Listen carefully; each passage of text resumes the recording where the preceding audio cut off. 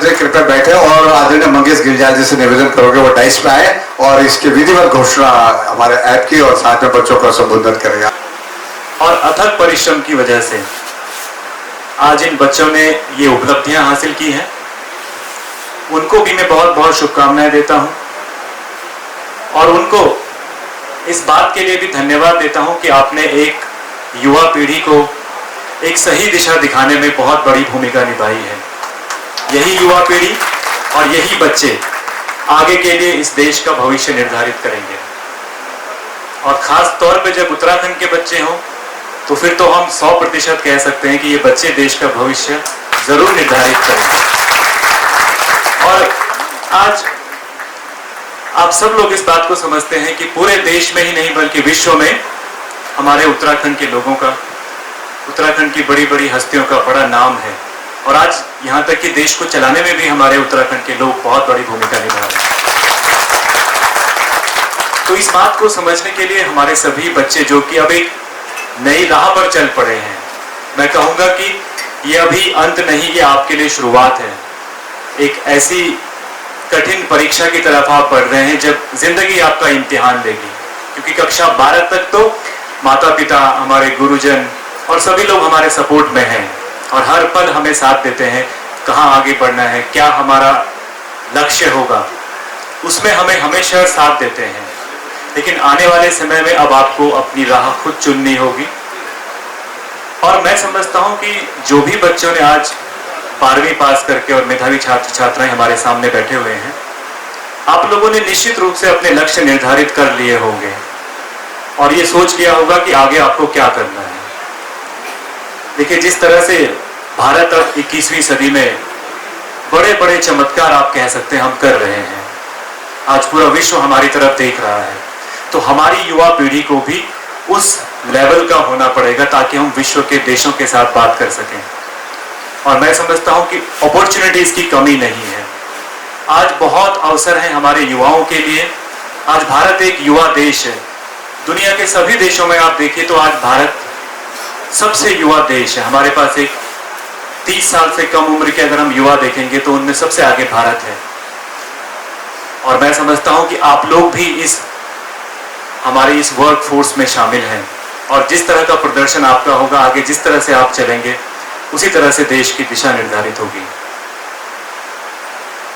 मैं उत्तराखंड का, क्योंकि हम सभी लोग आज उत्तराखंड के यहाँ पर उपस्थित हैं और उत्तराखंडी होने के नाते हम सभी का ये फर्ज बनता है कि हम उत्तराखंड के संस्कारों को, अपनी सभ्यता को पूरे देश में ही नहीं बल्कि विश्व में भी फैलाएं। हम ये सब जानते हैं कि जहाँ भी हम लोग जाते हैं, उत्तराखंड के लोग, आप भी जाएंगे अपने लाइफ में, अभी जो हमारे बच्चे हैं, तो हम लोगों के लिए एक टैगलाइन उत्तराखंड के लोगों के साथ जुड़ी है कि उत्तराखंड के लोग ईमानदार होते हैं, उत्तराखंड के लोग कर्तव्यनिष्ठ होते हैं। ये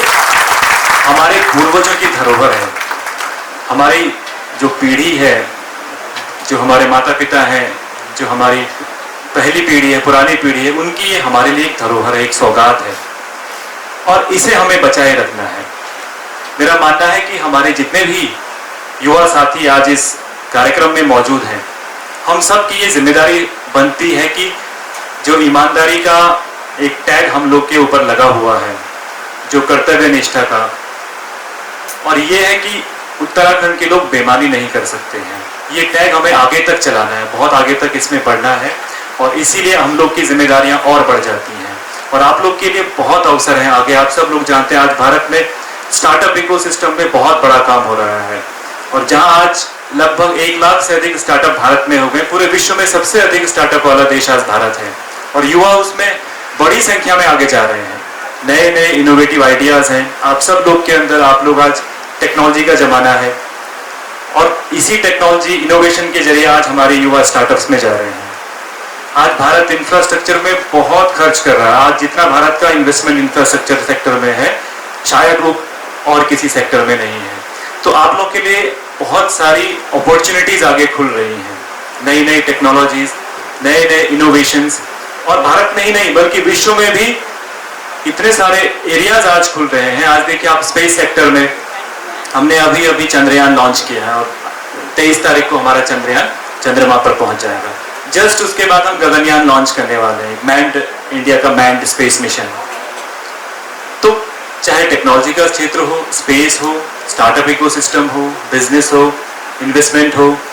हर जगह बहुत सारी अपॉर्चुनिटीज है जिनमें आप सभी लोगों को आगे आने का अवसर मिलेगा। और इसको आप गवाइए मत, क्योंकि आपके पेरेंट्स भी यहाँ पर बैठे हुए हैं। आप लोगों से भी मैं ये रिक्वेस्ट करूँगा कि ये जो भी छात्र छात्राएं आज इस मुकाम तक पहुँचे हैं, ये हमारे लिए एक धरोहर है और इन्हें इनके लक्ष्य तक पहुँचाना ही हमारी जिम्मेदारी होनी चाहिए। और तभी हम लोग सफल मानेंगे अपने आप को जब जो आज इनके अंदर प्रतिभा है, जिसके बल पर इन्होंने इतना अच्छा प्रदर्शन यहाँ पे किया है, वो हम आगे कंटिन्यू रखें और इनको इनकी मंजिल तक पहुँचाने में अपना पूरा योगदान दें। मैं गढ़वाल हितैषणी सभा को भी बहुत बहुत बधाइयाँ देता हूँ कि आप लोगों के 100 साल इस वर्ष पूरे हो रहे हैं और किसी भी संस्था के लिए एनसीआर में शायद 100 साल पूरा करना बहुत बड़ी उपलब्धि है। मैं समझता हूँ कि पिछले 100 वर्ष से आप जिस सामाजिक सरोकारों से जुड़े हुए हैं, उत्तराखंड की हर समस्या से आप जुड़े हैं, उत्तराखंड के हर पहलू को आपकी संस्था ने बड़ी करीब से देखा है, ये अपने आप में एक बहुत बड़ी उपलब्धि है। और मैं आपको शुभकामनाएं भी दूंगा कि आने वाले समय में आप अगले 2-3 महीनों में शताब्दी वर्ष का भव्य आयोजन कर रहे हैं और ये हम सब के लिए भी गर्व की बात है कि एक ऐसी संस्था है हमारे साथ जिसने 100 साल तक उत्तराखंडियों के लिए काम किया है। तो मैं आप सब लोगों से भी ये रिक्वेस्ट करूंगा कि इनके शताब्दी समारोह में हम सभी लोग शामिल हों और आगे बढ़ने के लिए भी इन्हें हमेशा अपनी शुभकामनाएं देते रहेंगे। मैं फिर से एक बार सभी छात्र छात्राओं को, उनके अभिभावकों को और जितने भी हमारे महानुभाव आज यहाँ पर उपस्थित हैं, सबको बहुत बहुत शुभकामनाएं देता हूँ और इन सभी छात्र छात्राओं के उज्जवल भविष्य की कामना करता हूँ। बहुत बहुत धन्यवाद। मधुलाई जहाँ भी हो और पुस्तकें ले आए बाहर से। अब